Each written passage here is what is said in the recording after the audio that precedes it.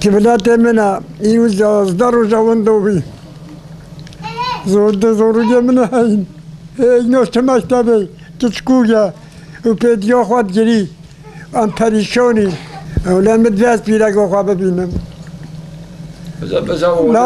Az sadakat ya xeyr az kiblat ya xwa bibinem elagri.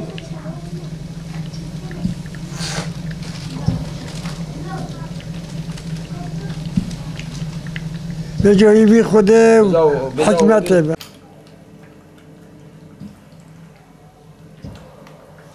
Benim amcam oluyor kendisi.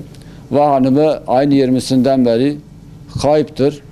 Hastaneye gideceğine sabah evden çıkmış, hala bir haber alamamışız.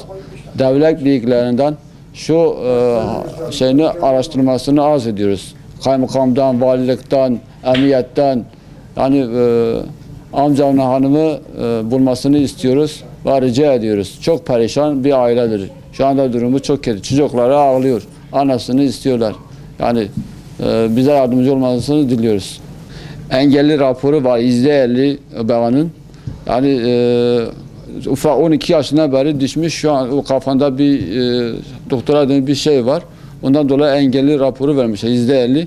Yani amcan da engellidir. Solunum cihazına bağlıdır. Bulunmasını rica ediyoruz.